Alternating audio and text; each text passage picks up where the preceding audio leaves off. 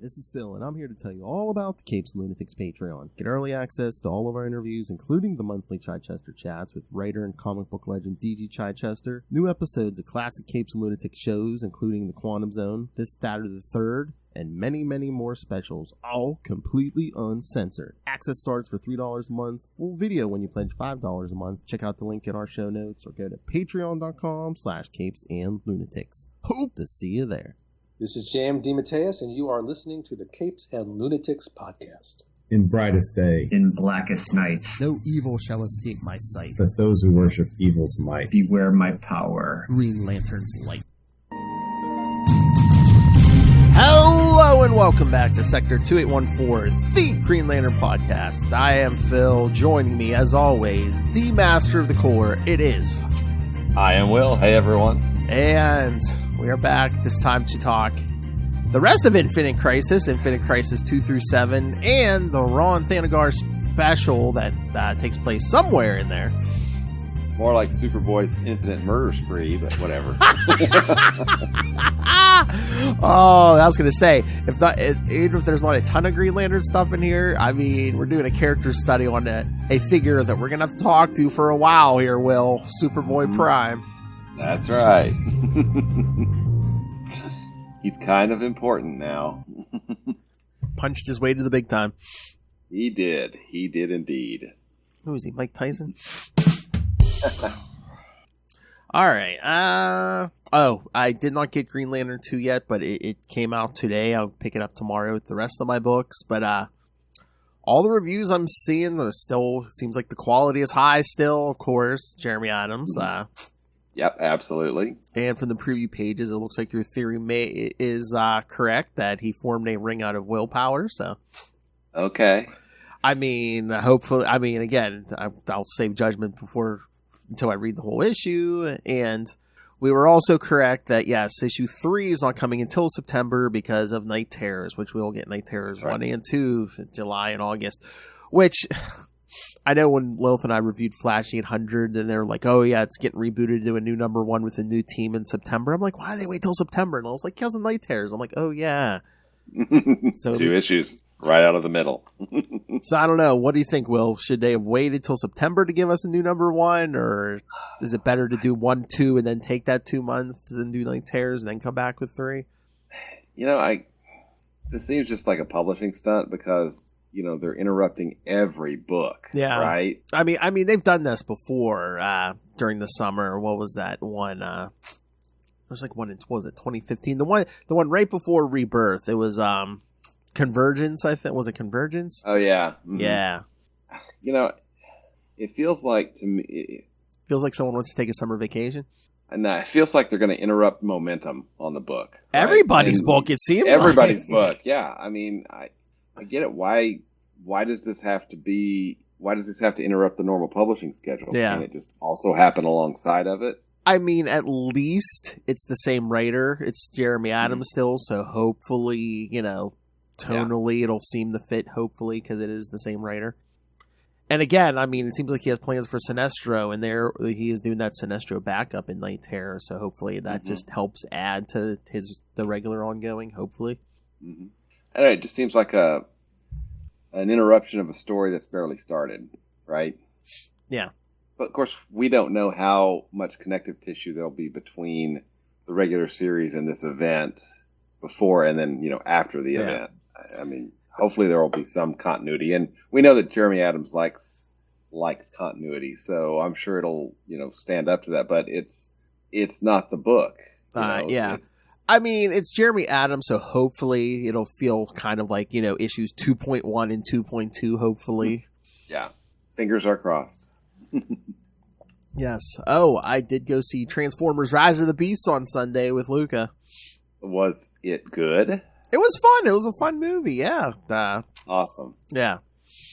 Optimus Prime. Optimus Prime, Optimus Primal, they were both there. Yeah.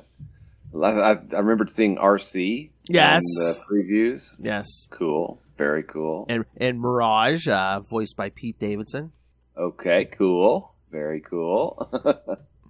Yeah. Oh, but check out my popcorn tin. The trailer. That's it. Oh, very cool. the top of the trailer opens up to put popcorn in, and then the cab, which is plastic, the top of that opens up, and you pour your drink in there, and instead of smokestacks, there's 2 holes, and you put your 2 straws in there. Okay. You didn't do that, though, did you? No, I didn't put anything in there, no, because they give it to you in a bag. I'm like, boy, I told Luke, I'm like, boy, we're not putting nothing in this. It's going to be a collector's item. But, I mean, it's decent. I mean, it's like the wheels turn and everything, and, you know. Very cool. He was actually playing with it a little bit when we got home. I'm like... Nice. It was expensive, but I was making memories with my son. Damn it. Priceless. Yes. Thank you, William. Priceless. Oh, did you? I think it's this week. Yeah, Star Trek: Strange New Worlds season 2 starts. Oh, it does this week? I believe so. Yes. What day? Let me see. It's Thursday, maybe. It's either tomorrow or Thursday. Let me double check here. Tomorrow. Oh, no. I'm sorry. Thursday. It is Thursday. So, yeah. Awesome. Yeah. So, yeah, a lot of us been waiting for that. You, me, Lilith. Yeah. It's a really, really good show. Heck yeah. Once again, 10 episodes? Darn it. I want more. Oh, but did you see there? I think they said they already renewed it for season 3. So. Oh, well, awesome. Very awesome. It's like, come on. Yeah. It's kind of a hit. I would assume the ratings are good. I mean, the word of mouth is all I see is good stuff. So. Mm-hmm. Yep, absolutely. And I guess we're going to be getting a series with 7 and. Oh, hopefully, eventually, Picard's son. Yeah, hopefully. Yeah, I mean, they seem to be setting it up for one. Everyone's screaming for it, so I don't know why they wouldn't. Mm-hmm. You could always have cameo. I mean, you could always have cameos by that Next Generation cast here and there because spoilers, they all live. So, and Deep Space Nine, and Voyager, I mean, you got 7 and 9. That's your built-in excuse to bring anybody from Voyager in. We saw Tuvok kind of in the Picard season 3. Come on.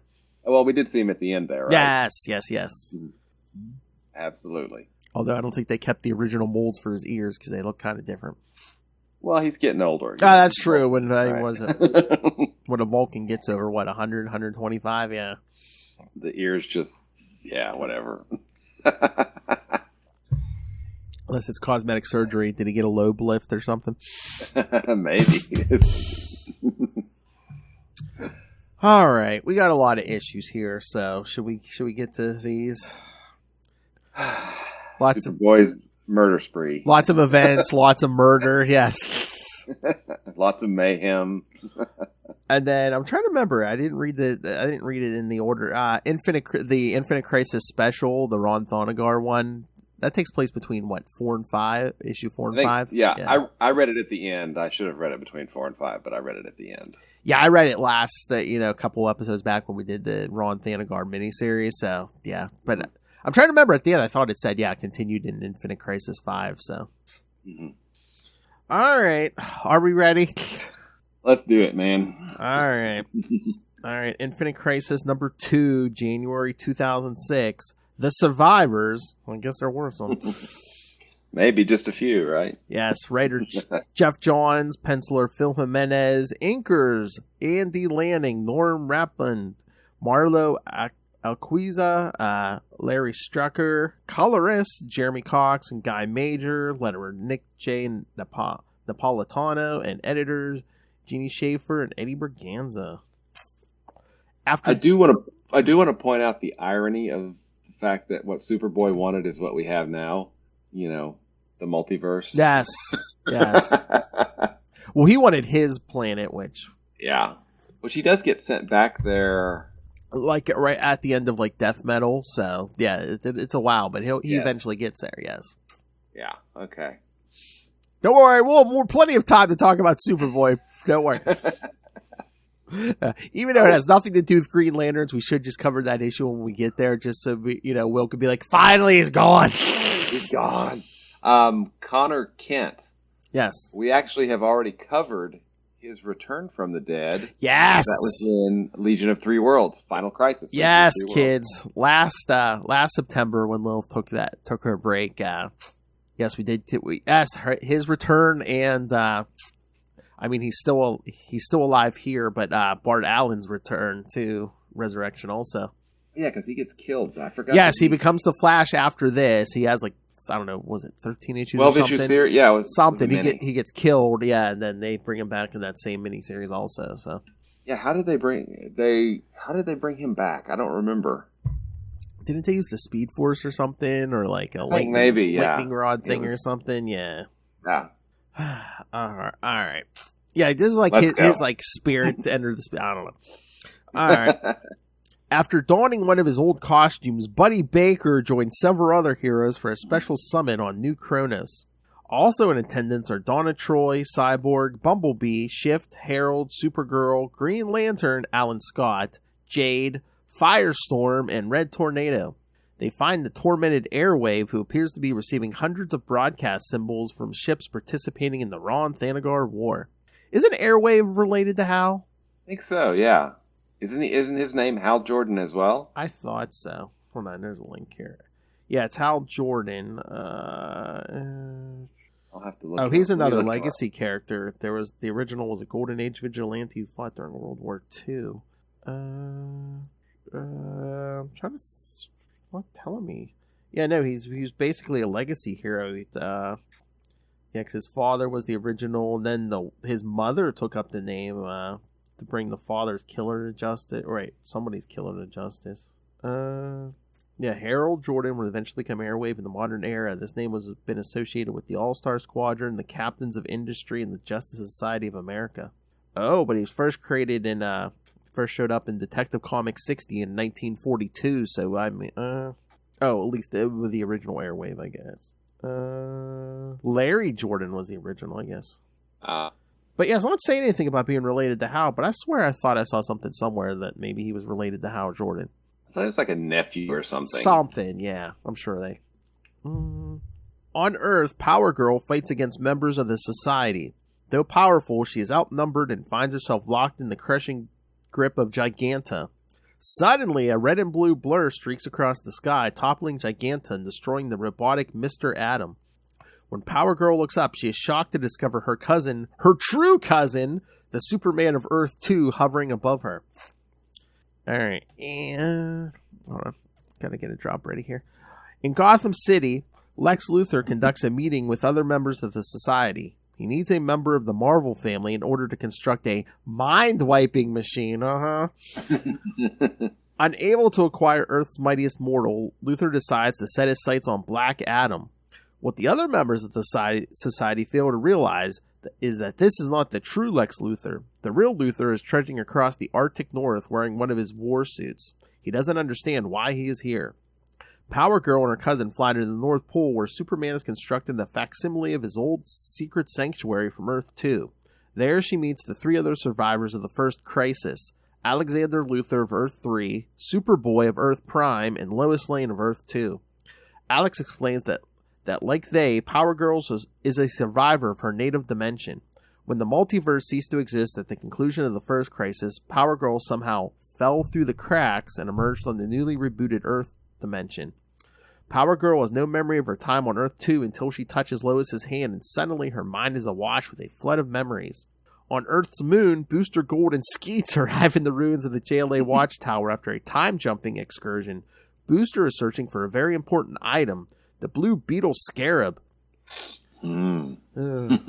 Back in Gotham, the Joker, keep an eye on him, kids.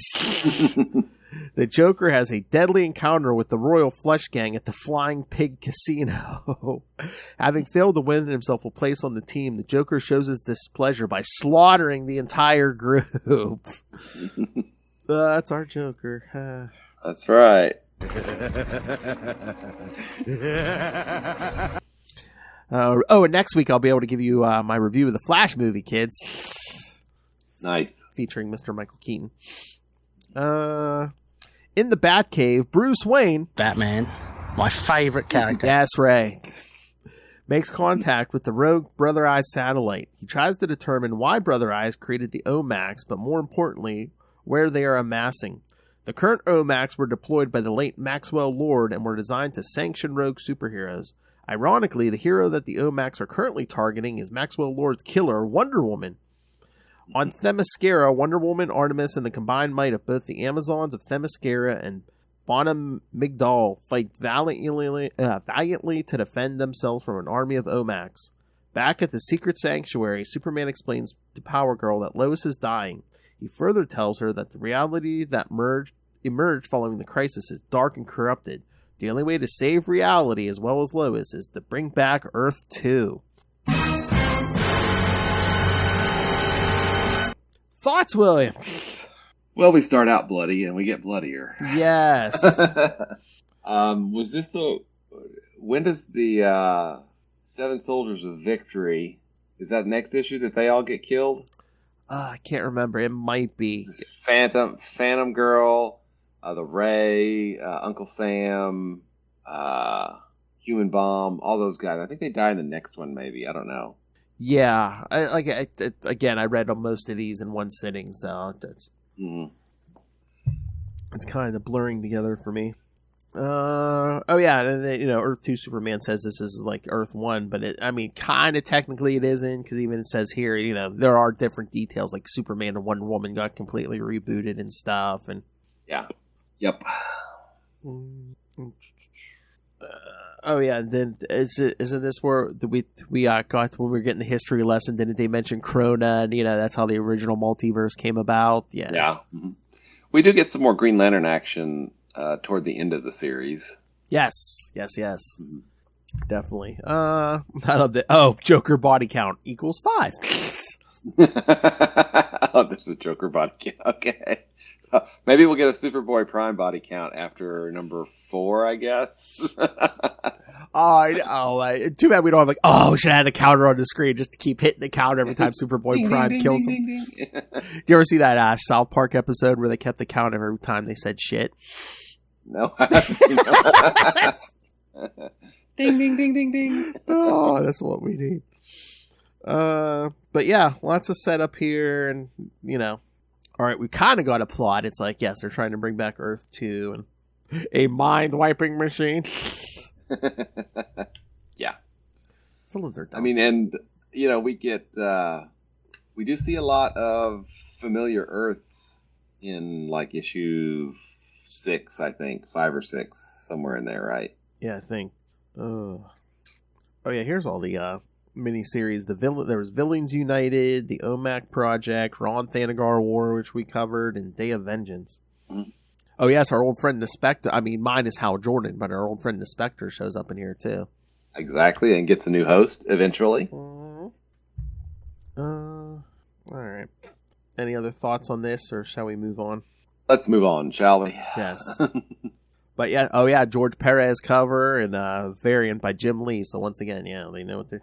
Yeah, they know what sells, kids. All right, Infinite Crisis number 3 from February 2006. I think the team. Pencilers Phil Jimenez and George Perez. So yes, bringing out the big gun here, kids. I think everyone else is pretty much the same here. Divine Intervention. As the battle rages between the heroes of Atlantis and their enemies, the Spectre emerges in destructive fury against both friend and foe. The battle between the Amazons on Paradise Island and the Omax does not go well as their forces are totally overwhelmed, with Wonder Woman making the hard choice that the Amazons must leave this realm of existence by the protection of the gods. The gathered heroes of New Kronos arrive at the center of the universe, where they deal with a powerful maelstrom as well as the warring Thanagarian and Ronian ships in that vicinity.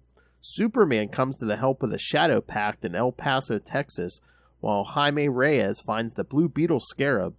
Wally West rushes off as the Flash to deal with a super tornado in Kansas City. I don't know. Batman, my favorite character, is frustrated at his inability to stop Brother Eye from carrying out program Truth and Justice when Earth 2 Superman visits him, telling Batman that the Dark Knight he knew of Earth 2 was a man that lived past the death of his parents, allowing himself to love, marry, and have a child. Kal-El tries to reason with Batman that the best course of action is to allow his own reality to be replaced with that of Earth 2, which he believed held more promise than the one Batman knew. Unfortunately, Batman questioned whether that reality's Dick Grayson was a better version of his own, and so attempted to use Lex Luthor's kryptonite ring on Kal-El to no effect, only for Kal-El to burn off Batman's finger with his heat vision. Always give him the Nightwing test, kids. That's right, the Nightwing test. Lex Luthor discovers his doppelganger's hideout and confronts him, only to be overpowered by both his opponent's intellect and his power. Fortunately, Lex Luthor manages to destroy a computer in the hideout, exposing the doppelganger as Alexander Luthor using a holographic projection over himself. Then Superboy Prime sneaks up from behind and rips Lex Luthor's battlesuit off him, then is ordered by Alexander Luthor to dispose of him. However, Lex Luthor teleports himself away before Superboy's heat vision touches him. Power Girl takes some time away from visiting Lois Lane Kent to think of whether she would be willing to help restore to the reality that Kal-El and his wife once knew, and re-enters the hideout with her answer when she notices a giant machine with part of the Anti-Monitor's corpse attached to it. That's not foreboding at all. That's not a that's a freaky memory wiping machine there. She notices that several superheroes are also attached to the machine unconscious, which included the Martian Manhunter, who was last seen at the JLA watchtower on the moon. Power Girl flies up to where J'onn J'onzz is located and asks if he is okay when she is attacked from behind.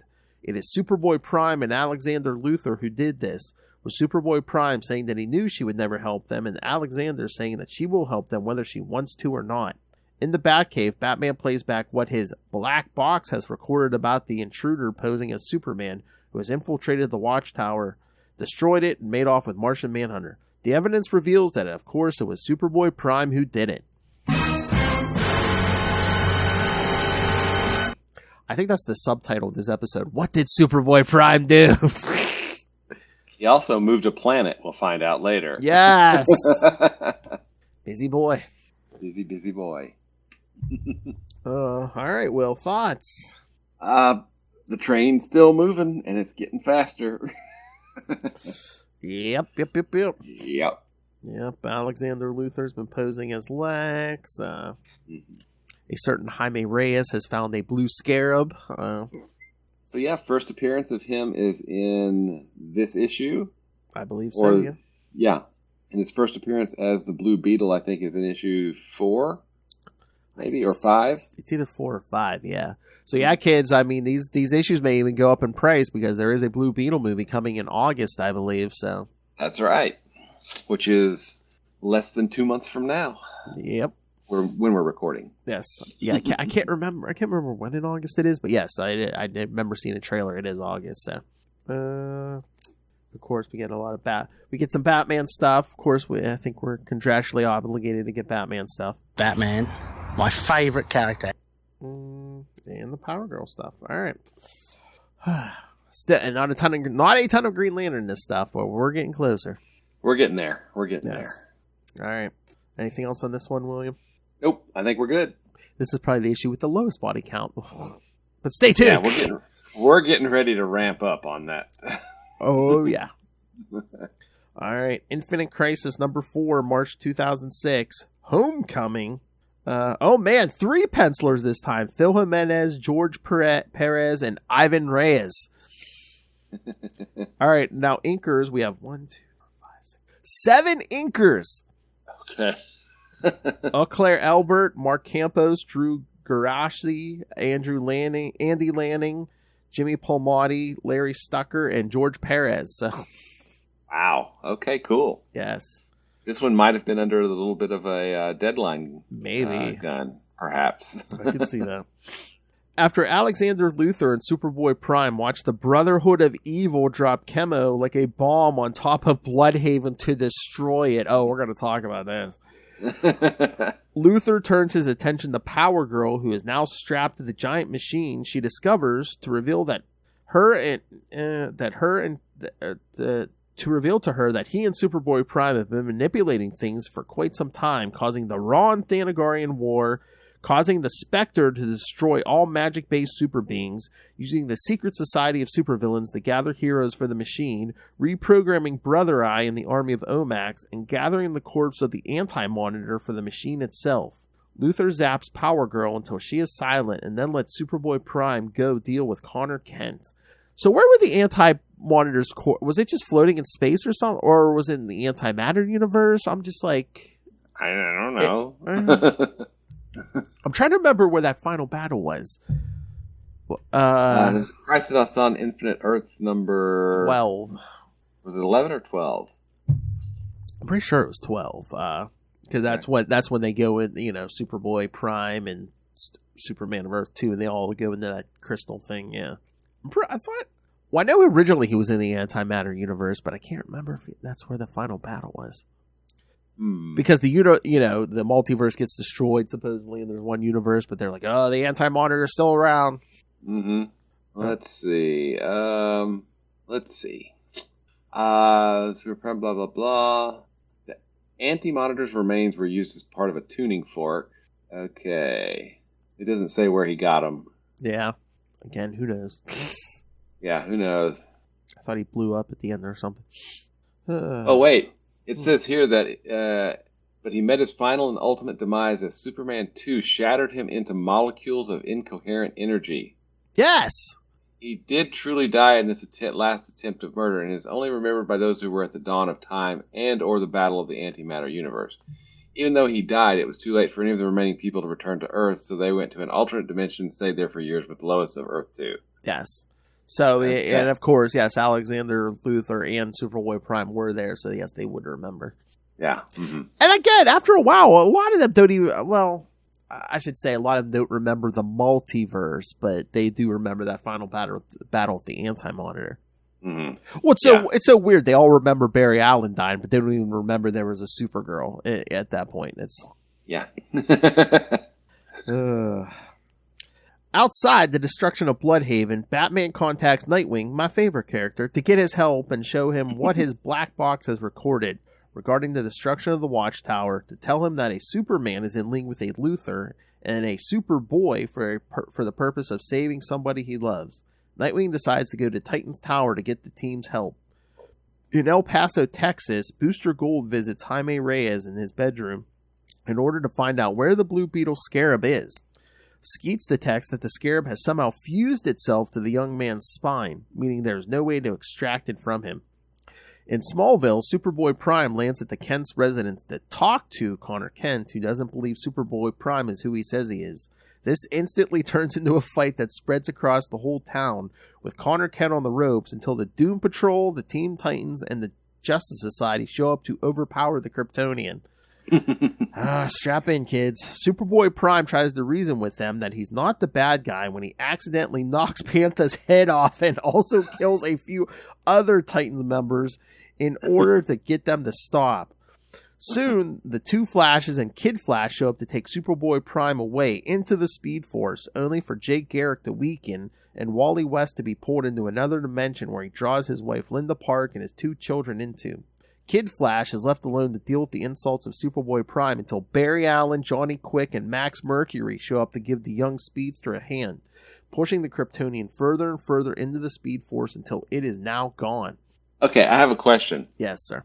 Barry Allen hadn't come back yet, had he? No, but I'm guessing he's basically in Speed Force heaven, so that's what.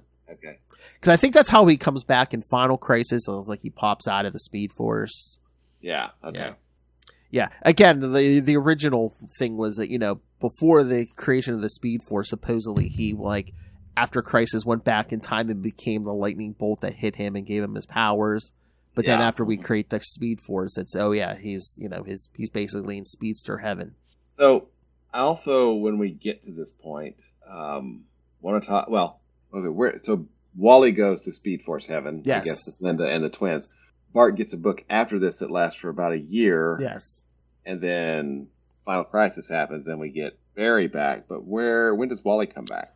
Well, Wally comes back a little bit before Barry comes back.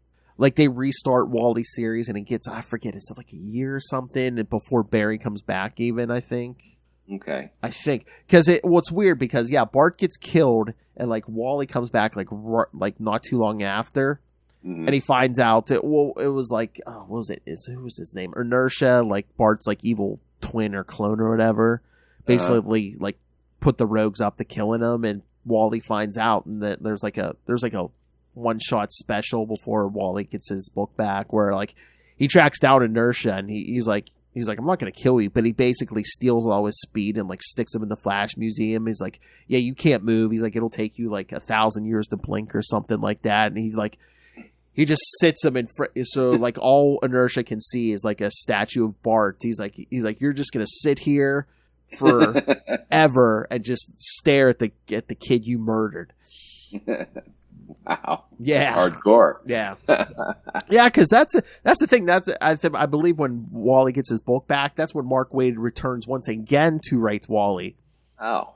Wow, it's been a long time. Yeah, because the kids kind of get. get aged up because they're not infants. That's like the first time you really get Wally and Linda and the kids. Gotcha. Oh, speaking of, when are you going to get this last book so you can read Jeremy's run? I think I have them. I had to get the variant cover of one issue, which I want to get the normal cover because whatever. But I think I've got them all, so I should be able to read them when I have some time now. I know we were talking about doing legacy episodes, but if you wanted in September, we could do a couple episodes on Jeremy's Flash. Maybe we get Jeremy back. Be like, hey, let's talk some Flash. We're going to talk some Flash. I don't know, man. We can do that if you want to. We still have time, right? Yes, yes, sir. All right, so in Gotham City, Crispus Allen wakes up in the morgue with his body now in stitches when the Spectre finds himself drawn towards Allen's body, imprisoned there by his master, pleading for his mercy. In outer space, at the center of the universe, Airwave is disintegrated and Firestorm finds himself divided as the combined energies of Jason Rush and Mick Wong are spent. Yes, kids, at this point, Jason Rush is the second Firestorm, and he can like bond with pretty much anybody. But I think he has to watch, because if he stays too long with someone, he can like basically burn them out. Oh, that's okay. That explains what happens then. Yes, yes. At the giant machine, as Kal-El comforts his wife, Lois Lane Kent by her bedside, and the army of Momax now surround the machine as it emerges to the surface, Alexander Luthor gets Psycho Pirate, yes, he's back, to make Black Adam call upon the name of Shazam, which then energizes the machine with its lightning bolt. Luthor floats near the maw of the Anti-Monitor's corpse as he concentrates himself on the task of fixing everything. The heroes in the center of the universe see giant hands appear in the heart of the Maelstrom. The heroes gathered in the twin cities of Central and Keystone notice that Keystone City, along with a good deal of the Justice Society members, vanish with Titans member Flamebird. Soon, where there was only one Earth, there are now two floating side by side with each other. As Kal-El and Lois Lane Kent vanish from the cavern, they find themselves appearing before the glittering Daily Star Tower in the heart of a restored metropolis that they once knew. Kal-El tells his wife that they are now home on Earth 2. Like it or not like this story, kids, Jeff Johns really puts a lot of balls in it, spins a lot of plates, There's a lot going on here. Yes. Well, I guess if you're rebooting restarting the multiverse. Exactly. So, yeah, I'm guessing that they bombed Bloodhaven, which because Dan DiDio had an original plan to kill Dick Grayson in the Infinite Crisis, and I guess a bunch of I don't know who tackled him and was like, "No, you don't do that. There will be blood on you. There will be blood." But again, I don't know why even if Dick Grayson had died, why you had to bomb Bloodhaven? Up the body count. Because it's so weird. Like the first arc of 1 year later in Nightwing's book, it's written so weird because I guess the original plan was like Dick Grayson was going to die and Jason Todd was going to take over the Nightwing identity. Oh. Yeah, and even the Outsiders book at the time, it's so weird because Dick Grayson's getting in Superman's face at one point, and it's it don't make sense. But it's if it's it was supposed to be Jason Todd, it makes a whole hell of a lot more sense.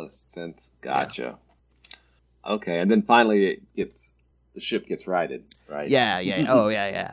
But but the bombing of Bloodhaven was definitely an editorial decision because they showed that in the Nightwing book too, right before Infinite Crisis, and Kristen and I talked to Devin Grayson a few years ago. She was like, yeah, no, that was not my decision.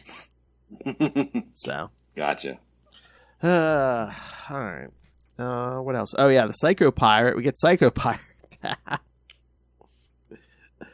Another person who remembers pre-crisis. Uh-huh. All right.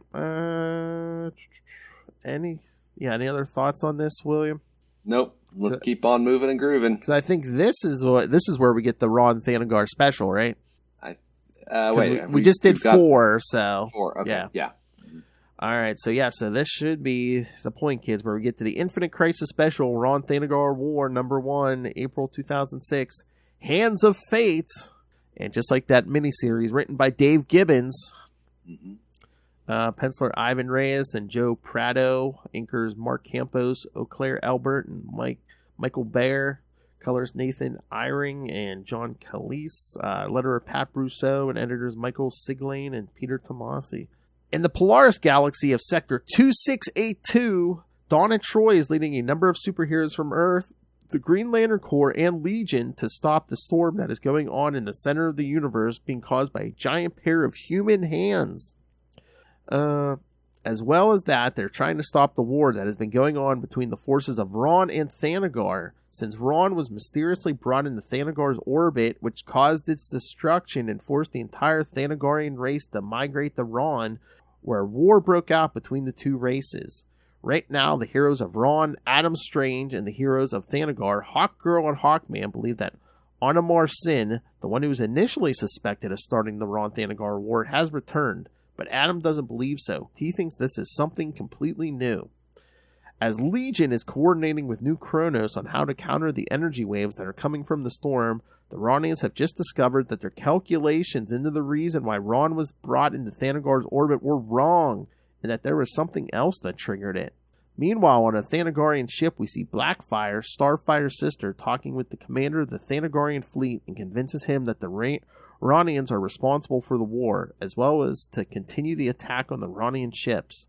As the two sides resume their battle, the Earth heroes try to get into the battle to try to separate the two fleets from annihilating each other in the storm in order to unite them against the real threat of the energy hands causing the storm. As that's happening, Adam gets a transmission from Tygor that his sensors have picked up an energy wave heading towards them from the storm. As the energy wave hits, dozens of ships on both sides of the war are destroyed, which forces the Thanagarian fleet to disengage from the battle and to retreat in order to escape the energy waves. Blackfire tries to stop him by saying that it is part of the Rannians' plan against them, and is even willing to go out and lead the Thanagarians in the battle. The Earth heroes try to protect themselves against the debris coming from the destroyed ships, but Dawn is nearly struck by one of the energy waves, when she's rescued by her ex-boyfriend, Green Lantern Kal Rayner. Here we go. Instead of thanking him, Donna just tells him that she can take care of herself. Jade convinces Kal that she's a good leader, but the responsibility is heavy on her, which leads him to just shut up and continue the mission. Meanwhile, on New Kronos, Cyborg and the others are trying to fix their shields when they notice that the Thanagarian fleet is leaving the battle. As that's happening, Adam, the Hawks, Kilowog, and Telepath are trying to figure out what the hands are, and they realize they're human hands, when they're interrupted by Tygor, who tells them that he's found something that could potentially end the war. And Kilowog gets a call from Salak, who tells him that he should head to Thanagar, and have Kal stay and help out in the battle. As the two groups break off, Donna tells Starfire to maintain a perimeter around the Rannian fleet, while Supergirl and Red Tornado do the same with the Thanagarian fleet, while having the heroes at New Kronos try to set up a conference with the leaders of Rann and Thanagar to end the war, which leaves Kal and Jade to deal with the hands. Adam and the Hawks meet up with Tygor, who leads them to a gravitational nexus where the debris has collected. He tells them that the old Omega ship collided with a stray Thanagarian surveillance satellite, and that the reason why he's called them here is because the satellite has footage that goes back to right before Thanagar was destroyed. As they see the destruction of Rann, it's all connected, kids. They notice a blur, which makes Adam relay the information to Sardath. Blackfire, meanwhile, is told that they have intercepted a transmission to the Rannian High Command from the Thanagarian satellite.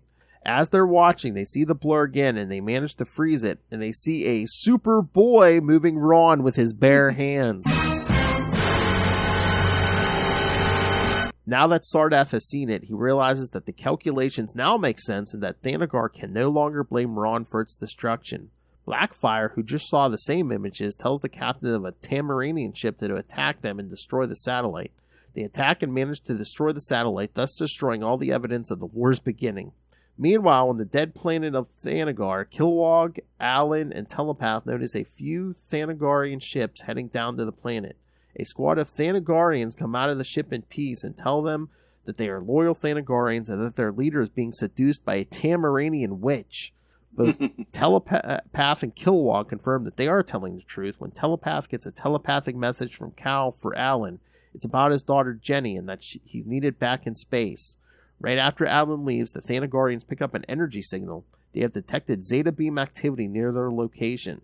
There are Rannians on Thanagar, and before they can get back in their ships and head for battle, Kilowog tells them to stop and let the Green Lantern Corps handle the situation. When Kilowog gets to the source, they find Adam, Tigor, and the Hawks there.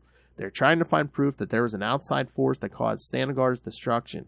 They manage to find a pair of handprints that prove that Rann is innocent in starting the war.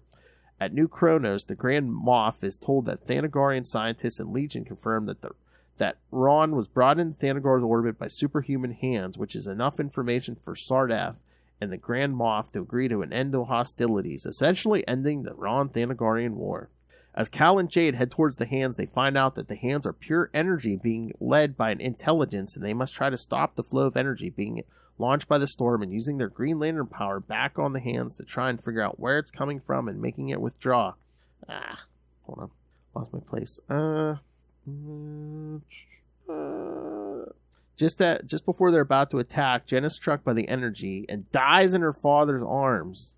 But before she does, she gives the green energy that Cal gave her before back to him, which causes his powers to increase, and once again he starts going by the name of Ion. All is not as it appears, kids. So does that mean that Ion was actually in Jade? I mean, later on we're gonna get more into this, Will, because I'd forgotten this. There is a note, yeah. Meanwhile, in Oa, the Guardians of the Universe have been watching the events going on in the Polaris Galaxy, including Cal's transformation. Ganthet tells the other Lanterns that, like before when Cal first transformed into Ion, they have no choice but to monitor his abilities and that their great purpose must be fulfilled. Now that the Rannians and Thanagarians have stopped fighting each other, they are now able to concentrate on the real threat, the energy hands. New Kronos tells the forces they are picking up a new energy wave building up. Donna is coordinating the forces into the attack, but she's not leading the forces anymore. It's Kal Rayner, once again known simply as Ion. Yeah, I'd forgotten about this, but spoilers, kids. Where is this? Yeah. Beginning from this issue, Kal Rayner begins going by the name of Ion once again. After releasing the Ion powers that recharge the Green Lantern Central Battery on Oa, this identity will continue until it is revealed that Ion is actually not Kal Rayner, but the sentient embodiment of willpower at the beginning of the Sinestro Corps War. Gotcha. So does that mean Ion was in Jade then? Again, it's gonna be like, a fragment, and maybe Cal had a fragment, and I mean, again, he tinkered with that ring, so maybe there was a piece of Ion in his ring. I don't know. I guess we'll find out. Yes, or not, depending. Well, we'll see what happens in the Sinestro Corps War. All right, thoughts? We did get some Green Lanterns this time. We got a bunch of Green Lanterns this time. Got a bunch of Green Lanterns. Jade dying was kind of pointless, I thought. But yeah, I know. Were they? I don't know. Was it just we need someone that we need casualties, or was it just we already have Alan, who's technically he's kind of a Green Lantern, but technically not. You know, it's were they just like we have too many people floating around with Green Lantern powers who aren't Green Lanterns? I don't know. Could have made her a member of the Corps. Come on. Yeah, exactly. Didn't even have to give her a ring. Now, does Adam Strange disappear at the end of this? I can't remember. What in this issue? Yeah. I can't remember. I'm not sure. Anyway, we can. Yeah. There's a lot going on in Infinite Crisis. Yes. All right. Keep going. Let's keep going. All right. Plow through it. We got this. Yes. Infinite Crisis number 5, April 2006. The title, Faith.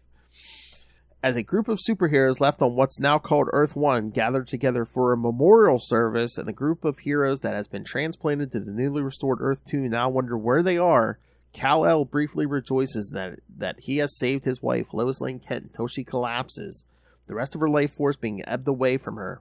Mournful, Kal-El screams, which attracts the attention of Kal-El, who flies over to Earth 2 to try comforting his elder counterpart. Kal-El attacks Kal-El, blaming him for the death of his wife, while Alexander Luthor watches from his Earth-splitting machine, knowing all the while that Lois Lane Kent wasn't going to survive. Meanwhile, Wonder Woman of New Earth tries to stop a riot taking place, with citizens fleeing in fear of her being a known killer, when her Earth 2 counterpart intervenes, taking her to Earth 2 to try reasoning with both Supermen. The Earth 2 Wonder Woman also tries to tell her younger counterpart that her mission is over and that she needs to start acting human. As Earth 2 Wonder Woman and her invisible jet vanish into nothingness, New Earth Wonder Woman appears before a devastated metropolis on Earth 2, seeing that it's the fight between the two Supermen that's destroying it. She lassos Kal-El in order to get him to stop fighting and listen to reason, but Kal-El is still pointing the finger at her, Kal-El and New Earth Batman, for their failing to create a perfect Earth, to which Kal-El answers that a perfect Earth doesn't need a Superman. It is there that Kal-El stops fighting and instead flies over to where the body of his dead wife is to hold her one last time. In the Batcave, Booster Gold enters with Jaime Reyes, introducing him to the Dark Knight as the new Blue Beetle, even getting him to transform into that identity to prove it.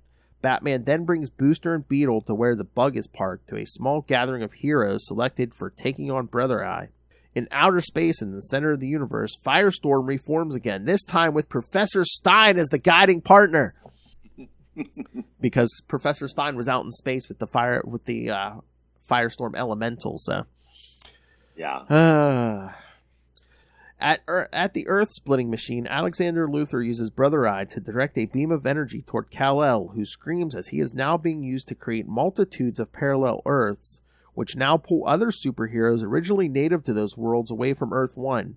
Nightwing watches from Titan's Tower, empty of all its heroes, as they are called to attend other matters. As the multiple Earths appear in the sky, some of which are exploding, Connor Kent, who is now restored from his encounter with Superboy Prime, shows up to help Nightwing take down Alexander Luthor and his Earth-splitting machine, with a crystal given to him by his father, Lex Luthor, that shows where the machine is located. In Japan, the Flash shows up to warn Dr. Light that Superboy Prime has escaped and is now coming.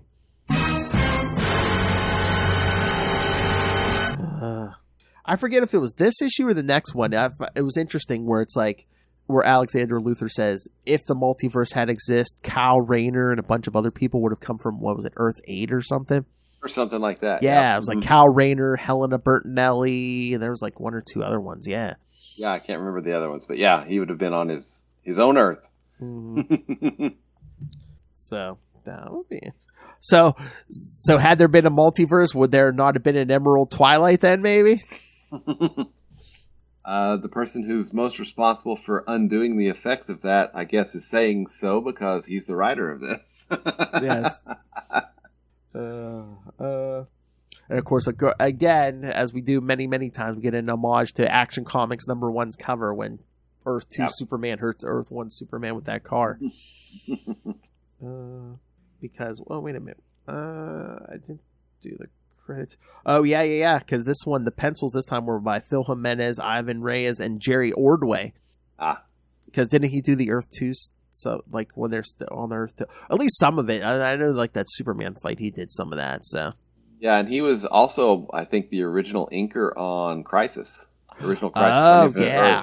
And I think George Perez. I think he penciled some of the Earth 2 stuff too. Was it All-Star Squadron maybe or some of it? Yeah. So. Or maybe Infinity Inc. too. Oh, maybe. Remember. Yeah. So that's a callback. Definitely. All right. Anything on this or keep going? Let's keep moving. Will's like, get me out of here. All right. Infinite Crisis. Wait. I'm just going to pop up here. Number 6. Open. All right. Infinite Crisis #6, May 2006. Touchdown. Several heroes band together aboard a spaceborne version of Blue Beetle's Bug. Accompanying them is Jaime Reyes, the new Blue Beetle. They are en route to destroy the Brother Eye satellite. As they approach, dozens of Omacs soar outward, attacking them. On Earth 2, the younger Superman consoles with the Earth 2 Superman over the death of his wife, Lois Lane. New Earth Wonder Woman appears as well and convinces them to rejoin the fight. The older Superman realizes that he has been acting irrationally, and it is time to once again be a hero. He also knows that he must stop this new multiverse from expanding, or else it will end up destroying itself. Across countless parallel worlds, scores of superheroes deal with the cosmic upheaval with the multiple replicating Earths. Alexander Luthor uses his abilities to mix and match varying realities, but his efforts to create a perfect reality all end in failure. He even tries to merge Earth 2 and Earth 3 together, which makes Donna Troy realize that he is going to kill Superman and Wonder Woman. To prevent this, her team of heroes at the center of the universe fire at Luthor's hands, causing him to lose his right index finger and to distract him long enough to save Wonder Woman and the two Supermen. On Earth 1, many of the world's mystic characters gather at Stonehenge and summon the Spectre. The Spectre is tethered to a former Gotham City Police Department detective named Crispus Allen. The Phantom Stranger begs the Spectre's aid, but the Spectre is more concerned with fulfilling his obligations of vengeance. He arbitrarily kills Deborah Darnell, the new Star Sapphire. Okay. So what is the story with that? With the new Star Sapphire that's not Carol Ferris? I'm not sure. I was kind of wondering about that myself. I know they mentioned it. I think, was it the JLA book around this time? But I was like, when was there? I'm like, I guess I didn't read that. But how was there a different Star Sapphire? Let's see. Okay, here. I was trying to see if there's a link here. Originating from the planet selected by to be their queen. On Earth, she took the name Deborah Darnell and gained employment as a stewardess in Ferris Air to get close to Carol and obtain the location of the gem. So, originating from the planet Pandini, Ramoni Notra was selected by the Zamarans to be their queen after the honor was fused by the Earthling Carol Ferris. After being given one of the 5 Star Sapphire gems and knowledge of the other 4, on Earth she took the name, surprisingly still, she could often date the hero known as Captain Comet. For some time, her whereabouts run until she was found by Despero. Deborah had slipped into a coma after being mind-wiped by Justice League member Zatanna. Apparently she was doing that at this point. Participated in an assault on the Justice League with others and had their memories erased. The group was defeated and mind-wiped. Deborah was not seen again until the event known as the Infinite Crisis, when a group of magic users gathered at Stonehenge to summon the Spectre. Condemning her, the Spectre transforms Darnell into glass, I think a sapphire actually, and shatters her, effectively killing the Star Sapphire. There you go. First appearance, Secret Society of Supervillains, #1, June 1976. So. Okay. There you go. She was most likely mind wiped at the request of Hal Jordan to protect Carol Ferris. Bastard! Darn that Hal Jordan. Yeah, I guess so. She was in a coma, and then she was probably revived by the Society. So. Just to die. Just to die, yeah. Lots of characters were brought back just to die in Infinite Crisis. Exactly. In the Arctic, Con-El, Nightwing, and Wonder Girl reach Alexander Luthor's power station. Wonder Girl begins freeing the imprisoned superheroes, who subsequently begin attacking Luthor. Black Adam brutally murders Psycho Pirates. Superboy Prime emerges with his new solar collecting armor and tries to kill Nightwing. Con-El intercepts him and the two renew their battle. Con-El succeeds in repelling Superboy Prime and destroying the tower, but sacrifices his own life in the process. As the tower is destroyed, the multiple Earths all merge back into one single Earth. Thoughts? Whew. And we get Connor back. Final Crisis is about a year later, isn't it? At least, yeah. I think so. Yeah. So we get he and Bart back after about it. Maybe it's 2 years because Bart has to have his series. Yeah. Although I'm trying to remember. I think they did kind of a quick turnaround after Bart died, maybe. But yeah, I know they did drag the Connor thing out because Tim Drake and Wonder Girl were all mopey for a while. Yeah. Mm-hmm. The version of Wonder Woman first played by Kathy Lee Crosby in the 1974 Wonder Woman television movie can be seen in this issue. In addition, the version of Wonder Girl first portrayed by actress Deborah Winger on the 1978 Wonder Woman can also be seen. Both are shown to be heroes operating on Earth 462. Nice. Talk about your Easter eggs. Yeah. That's pretty Easter eggy. Yep. All right. Should we do the last one? Get this out of the way? You bet, man. All right. Infinite Crisis number 7. If my link ever opens. All right. June 2006. Finale. 4 pencilers. Phil Jimenez, George Perez, Ivan Reyes, and Joe Bennett. 1, 2, 3, 4, 5. Only 6 inkers this time. Okay. And 1, cool, 2, cool, 3, cool. 4 colorists. I think a time crunch. I'm thinking time crunch as well. Thousands of heroes and villains converge on Metropolis for a massive battle following the destruction of the Earth-splitting machine and the merging of the Earths back into one single reality. This battle was orchestrated by Alexander Luthor as a last-ditch effort to take the Earth by force. But Superboy Prime doesn't desire to have this Earth to be his home reality. He wants Earth Prime back. As he is about to kill Casey Sandsmark with his heat vision, the Flash attacks Superboy Prime. The Flash, who is revealed to be a grown-up version of Bart Allen, Kid Flash, who came back from the Speed Force wearing Barry Allen's original costume. Superboy Prime then decides on a rather radical plan to bring back his reality, to fly through Oa and destroy it, using the energy in the central power battery to create a new Big Bang that will restart everything, with him being the only hero in the new universe. The heroes who could fly attempt to follow Superboy Prime in order to stop him, but his heat vision causes Breach to explode, bringing Captain Atom back to his own reality. Kal-El tries one last time to reason with Prime, but he refuses and takes off with both Supermen, Power Girl, Martian Manhunter, and Green Lantern's Hal Jordan and John Stewart in pursuit. With Superboy Prime flying faster than even Kal-El or Kal-El can match, Hal Jordan sends a warning to the rest of the Green Lantern Corps. Meanwhile, Batman, Nightwing, and Tim Drake take down Deathstroke together when Alexander Luthor attacks Nightwing with the last of his power, saying that Nightwing has ruined everything and damned his Earth. As Tim tends to Nightwing, Batman goes after Alexander with a gun, ready to shoot him when Wonder Woman intervenes, symbolically breaking her sword and saying Luthor is not worth killing. Batman relents, tossing the gun away and avoiding a crumbling building as it falls upon Alexander. He finds out that Nightwing will be fine. As Superboy Prime races toward Oa, he is slowed down by a 300-mile thick wall of pure green energy generated by the power rings of the Green Lantern Corps, who engage him in battle, with Guy Gardner taking the lead. Superboy Prime kills a handful of Green Lanterns and is almost ready to kill Guy when Hal Jordan intervenes. As Superboy Prime is distracted, both Supermen grab him and fly him through the remains of Krypton and then through the red sun of Krypton, which causes all 3 heroes to lose their powers and for Superboy Prime to lose his energy-storing armor. They crash land on the Green Lantern planet Mogo, where Superboy Prime kills Kal-El by pummeling him to death and almost does the same with Kal-El, saying that when Kal-El is gone that he will be Superman. At that, Kal-El rips the S-shield off Superboy Prime's chest, saying that he will never be Superman because he has no idea of what it means to be Superman, that it isn't about power or the symbol, but about what he does with it.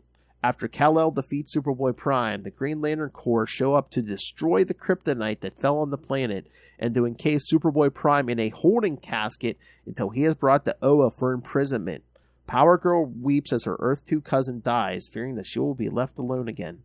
But Kal-El assures her that he will always be with her even if she can't see him, for he now sees that what his wife has seen when she died. As the heroes return to Earth to mourn for their dead, Superman, Batman, and Wonder Woman find themselves needing time to recover, not just physically, but also spiritually as heroes.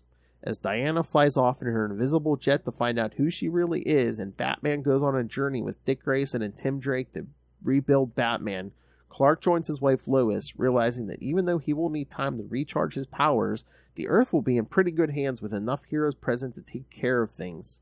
Meanwhile, in rain, it's always raining in Gotham City. Alexander Luthor fumes as he reads the news stating "Heroes Save Earth, celebrations globally." Believing that the heroes haven't saved anything and that he will make the world a brighter place when he is attacked by a squirt of acid on his face and by the painful sting of electricity coming from a joy buzzer.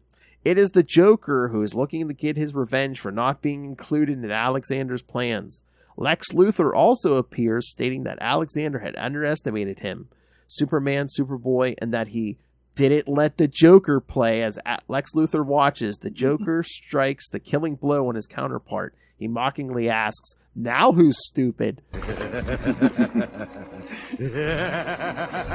As Will sits there and says, "Why couldn't the Joker have killed Superboy Prime too?" Because on Oa, Hal Jordan and Guy Gardner are heading to a memorial for the Green Lanterns recently killed and observe the special prison used to house the renegade Kryptonian. Too dangerous to be held in the science cells, the Guardians have placed Superboy Prime's cell in a junior Red Sun Eater given to them by Donna Troy, to be watched by 50 Green Lanterns at all times. In his cell, the Kryptonian etches a bloody S shield on his bare chest, saying that he's been in worse places than this, and he's gotten out. A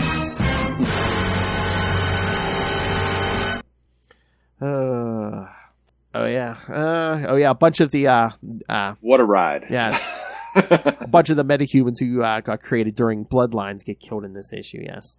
Oh yes, Nightblade is one of them. Yes, showed up in the Green Lantern annual. Yes, Ballistic, Geist, Mongrel, Nightblade, and Razor Sharp. Yep. Mm-hmm. All right. Yep. Lots. So, yes, we're stuck with Superboy. Okay, I mean, I get they want to keep using Superboy Prime, but I mean, with his body count and how dangerous the conditions they have to imprison him, why don't they just kill him? I mean. Yeah. If you need Guardians, if he's too dangerous to even keep in a science cell, and you have to have 50 Green Lanterns guarding him at all times, I think he's worthy for the death penalty, don't you? Yeah, and what does it take to get the death penalty, right? And he was about to destroy the entire universe. Mm-hmm. Once again, that central power battery, but the big target. They should make it look like a target, because that's. And okay, even if he's okay, let's say you don't want to kill him, just. Find some freaking, black, gold, silver, red kryptonite? Red kryptonite, maybe, to remove his powers permanently? Again, it depends what continuity it is, which color kryptonite does what, but it's... Just remove his powers. I mean, the Guardians are smart. Although remember, they tried to hit him with the green kryptonite. Wasn't he like, oh yeah, this ain't my universe, that kryptonite don't work? So kryptonite might not work on him. Well, if they could... I mean, if they know what universe... Okay, he vibrates at this... wavelength maybe, or whatever. Yeah. Yeah, I mean, you'd think that the Guardians would be smart enough to say, yeah, we can just remove his powers permanently, and then we'll put him in a science cell, and there you go.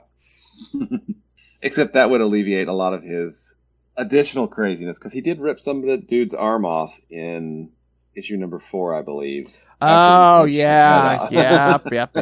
Oh, what's it? Was it Risk? Yeah, the new Titan, the Teen Titan, yeah. Yeah. Now, I think I read 32 or 34 Green Lanterns. He killed 32 or 34 Green Lanterns. Oh, God. Yeah. Let me see. Yeah. Again, he's not worried.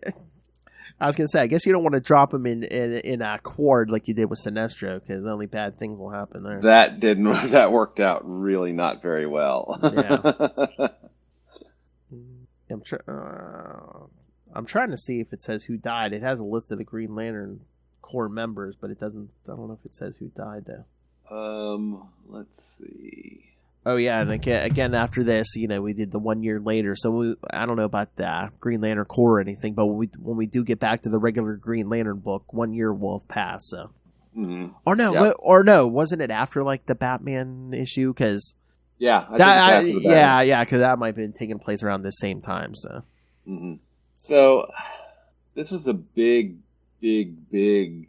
story, but I don't know, this focus on Crisis, and the multiverse is kind of funny in retrospect, because hey, guess what? It's all back, and it's a good thing instead of it being a bad thing. Yes. Yeah. Was it DC Metal or was it Death Metal? I know in Death Metal they basically destroyed the multiverse and brought it back, and then revealed, oh yeah, this is basically just one multiverse and an omniverse, and it's just and that's when they kind of said, oh, anything that's ever happened in a DC comic mattered. It's all out there somewhere. So okay, yeah, because I remember Superboy going home, but then his parents saw what he did, because they had the comics, they had the Yes, they had the comic. Yes. Yeah, it was like a one shot during Death Metal. Yeah, so. Yeah. Yep. But he's gonna pull a lot more crap before he gets there, kids. There is much more crap coming. And again, it's like, I mean, we got some Green Lanterns in this, like, you know, Kal and Kilowog and Guy, but it's like, we kind of, I mean, Hal really doesn't make an appearance until issue 7. No, not really. And I'm curious, was it ever explained? Because it's a book I need to pick up. I have not done it. The Blue Beetle series. I haven't read it either, so. Because Jon Stewart says the Green Lantern ring is afraid of Blue Beetle. Yeah. I know supposedly that Scarab is supposed to be some kind of like weapon or something, but I don't know if that was, I don't know if they fully explained that or if it's just, oh yeah, this thing is so powerful and massive, it makes the rings afraid, or I don't know. Because I think they even say that in the trailer for that movie where it's like, oh yeah, it's a weapon. And if I can find out anything. But yeah, I found out, I mean, again, it was Jeff Johns writing Infinite Crisis. So I don't know why Hal wasn't front and center, especially since they just brought him back, like 6-8 months before this. Yeah, I know. So, here we go. Here's a link. This says the Blue Beetle Scarab bonded to Jaime Reyes is a Reach infiltrator scarab designed by Kajida. God bless you. It says the Reach are a civilization of alien conquerors, came into conflict with the Green Lantern Corps millennia ago, and forced the Lanterns to a draw. Let's see. Head cord, the scarab. Let's see. Oh, okay. Oh. Okay, cool. Oh, man. I guess there's lots of interesting stuff there. Okay. Superboy Prime also killed Killer Moth in Major Disaster. Looker. Here we go. Here's some. Green Lantern of Sector 885 is mentioned, frozen and then smashed to pieces by Superboy. I think he killed 32 total, not 34. So that one and then 31 others. Yeah, I'm looking at the list. Besides the one mentioned, 31 other Green Lanterns were also killed by Superboy Prime. Yep, that's Superboy Prime. And again, he'll be back, kids. He's coming back. Sinestro Corps War. Oh, Solomon Grundy don't even count. He always comes back. Yeah, it's like it's part of his whole shtick, man. Yeah, he's a zombie, yeah. Amazo, Black Adam ripped his head off, but again, he's a robot. That's fine. Wait a second. It says the Trigger Twins got gunned down. Who gunned down? I forget who gunned down the Trigger Twins. I don't remember. Some of the Society, I think. It's like in a first issue or a second issue. Lady Spellbinder. Peacemaker! Got shot by Prometheus, bro. Psycho Pirate. He said Panther and Wildebeest. Yeah. Lots of very murdery at places. Very murdery. It seems like we're trying to clean up some stuff here. Yeah. Well, I've always been of the opinion that, stuff doesn't need to be cleaned up. No. Just don't refer to it. Just don't refer to it. Or like certain characters. It's like, just don't. Yeah. And this does have one of the tropes that really annoys me, especially as a Quasar fan. Don't just bring a character back to kill them. Yes. If they haven't been seen in 10 years, don't bring them back and just say, oh, hey, I know that there are fans of this character out here. Murder, murder, murder. It was... All right. Controversial take time. All right. You and I both love Mark Gruenwald and his work. Mm-hmm. The Scourge Massacre from Captain America 319. Did we need that? I mean, brought back like 20, D-list villains and just gunned them down. I feel like that was a little bit different because they weren't heroes; they were villains. So they didn't have their own books. Yeah, but Eternity Sentry did not have his own book. That was a grave injustice. It's a crime, I tell you. I feel like Grunwald used that. Yeah, it wasn't just. And that was the trappings of something. It was the story. And it was the Scourge's whole MOs, gunning down supervillains. Yeah. Exactly. So, yeah, I get it, but...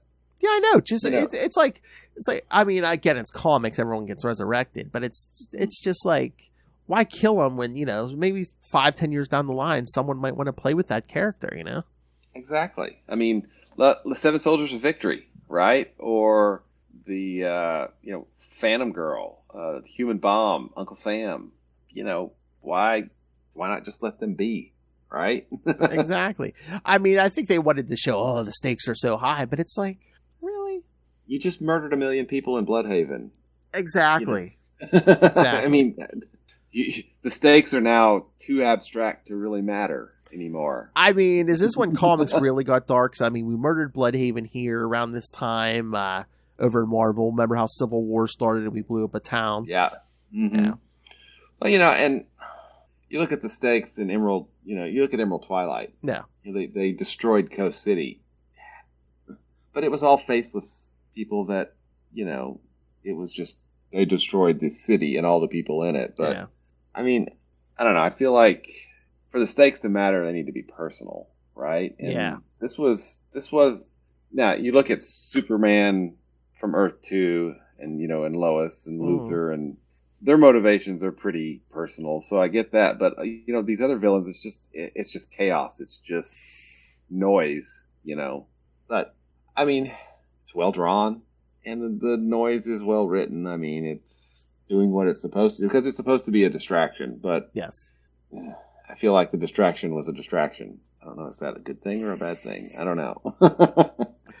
I know. I mean, was there almost too much going on in these issues? I mean, especially with all the killing and stuff. Yeah, I think there was just too much. I mean, and these were long issues too. Aren't these like 48 pagers or something? Maybe, but I don't know. But I think they are bigger than a normal issue. So yeah. Well, and I think especially that Rann-Thanagar special, I know was, yeah. Yeah, and I think that Infinite Crisis kind of suffers from the same thing that the whole Rann-Thanagar War suffers from. It's just spectacle after spectacle after spectacle. It's just stuff happening and happening and happening, and... Well, yeah, I mean, basically, they revealed all the point of all those miniseries was, oh, hey, Alexander Luthor and Superboy Prime were up to crap. A lot of crap. Yeah. Moving a planet around. Finding the remains of the Anti-Monitor. Exactly. Tricking the supervillains and capturing these heroes and stuff. Yeah. Yep. I don't know. I'm going to say this. First off, the art was spectacular. Yes, of course, yeah. Phil Jimenez, George Perez. Yeah. Ivan Reyes. Yeah. I mean, and Bennett was one of the artists. Was that right? Oh, maybe. Yeah. I think so. But Jerry Ordway, at least on that one Jerry issue. Ordway, yeah. I mean, all the inkers. I mean, it's a beautiful series, but from a story standpoint, I just don't feel like it's aged that well. Yeah. Again, like, is it a product of its time? Like, like that 2006 era. I mean, like I said, there was some dark stuff on both sides of the. Yeah, exactly. So I do kind of like the fact that Green Lantern was somewhat isolated from this because Johns is telling the story that he wants to tell there, and this didn't really interrupt it. I mean, it's... Yeah, I guess it helps when you write both. It's like, I don't want to interrupt what I'm doing over here. So, I'm just not gonna, And, that New 52 reboot, that didn't bother me at all. So, yeah, I'm really curious, to be honest. Yeah. I'm curious to see how Final Crisis stands up, because I don't know that I ever finished reading Final Crisis. I'm sure I had the issues. I just probably put them in a stack, and I never got back to them because I can't remember it all, but it is a different flavor because Grant Morrison. Yes. Yes. Yeah, absolutely. And then after Final Crisis, the giant crossover multiversal things stop until Dark Crisis on Infinite Earths, just this past year, right? Yeah, well, again, we did like, after Final Crisis, we get Blackest Night and... Yeah. Mm-hmm. But we don't get, must recreate the multiverse. Yeah. Must not. But then we get, it happens in a limited series, Death Metal, right? Yeah. Yeah. But then 2 Flashpoint gives you New 52 then. That's right, yeah. Which is a reboot of it, but it's, it's not that we must get all the heroes together and stop something because, Whatever. But then later on, we reveal, oh yeah, it wasn't just Barry Allen messing stuff up for Flashpoint. It's like, oh yeah, Dr. Manhattan had a. It's like, oh really? Dr. Manhattan stole some time. It's like, and he put it in his pocket. What pocket? The dude don't wear pants. It's true. I don't know. I don't want to know where he put it. It's in his prison purse. Okay. But yeah, I feel like comics were they kind of like a height of a dark time right now. When this was published. But I feel like at this era, they were trying to one up each other, kind of. Mm-hmm. Where it's like, I'm going to blow up a town. Oh yeah, I'm going to blow up a bunch of towns and knock people's heads off and stuff. And I feel like for the most part, Green Lantern was isolated from that. Yeah. Although we did get, Johns I think did start this, militarization of the Green Lantern Corps. Yeah. That persisted for well over a decade, and probably persisted even into. Maybe to the end of like Rebirth of the DC Rebirth, not Green Lantern Rebirth, because then Grant Morrison came along and was doing Silver Age-y police procedural type things and crazy things in that run that they did. But then the Jeff Thorne run, it wasn't really military. It was more, I don't know. I still don't know a lot about that run. I still don't know how. Well, they were kind of in disarray most of that series, because Attack, and then half of them don't have rings for most of that series. So yep, and so no, I don't know. That's about all I got. I am happy that we are on the other side of the Infinite Crisis. Yes. Yes. All right. Well, Will, next week we should throw a hologram on it because it'll be for episode 125. Woohoo! We're gonna do. Can we do a die cut cover? A die cut. Oh, I wish if I knew how to do that. Oh.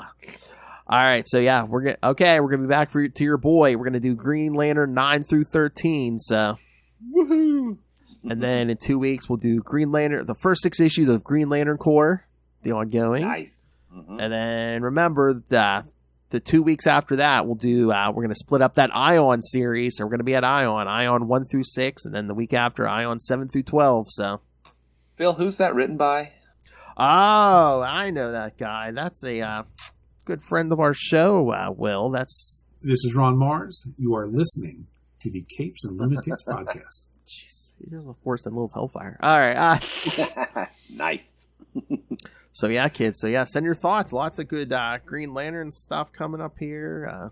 Again, by the end of the year, we're gonna get some big stuff here. Sinestro Corps War.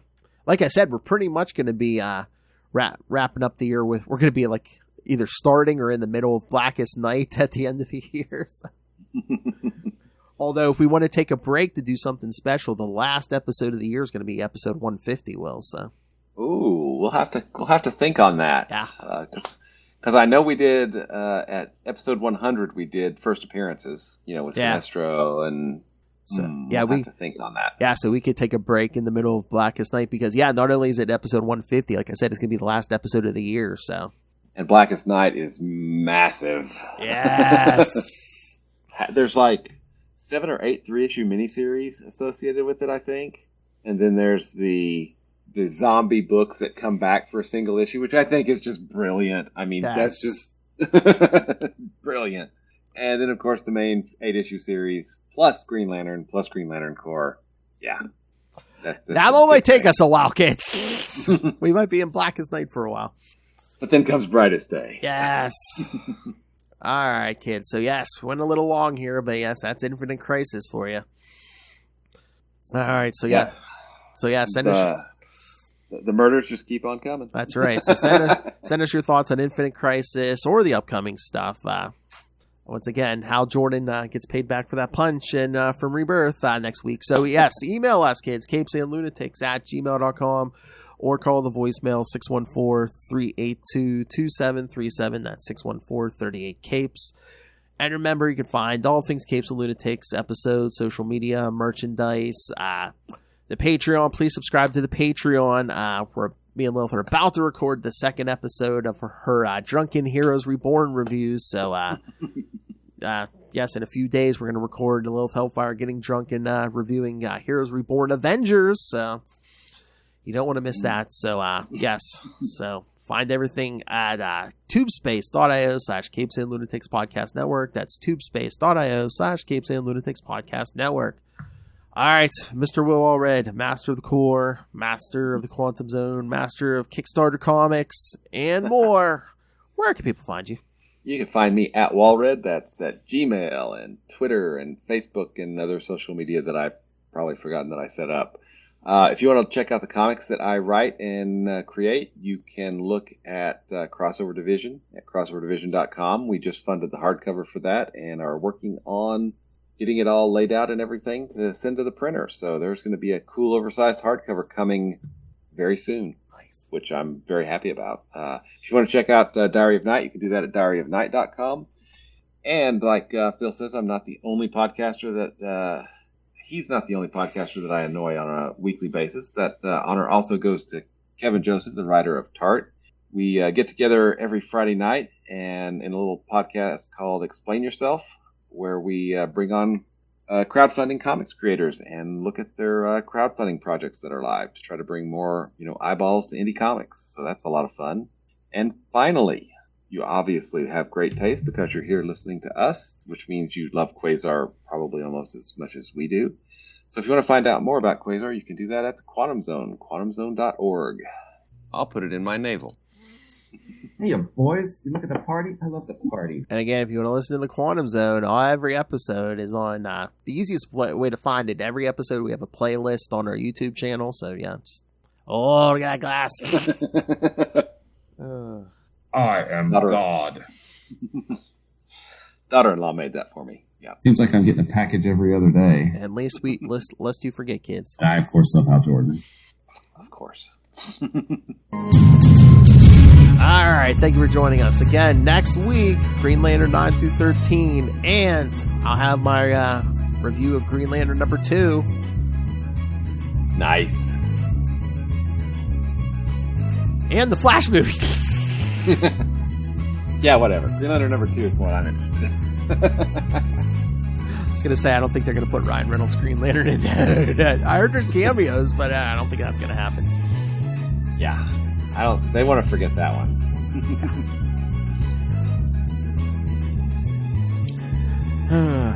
All right, kids, come back next time. And remember, it was Superboy Prime all along. We caught him red-handed. Good night.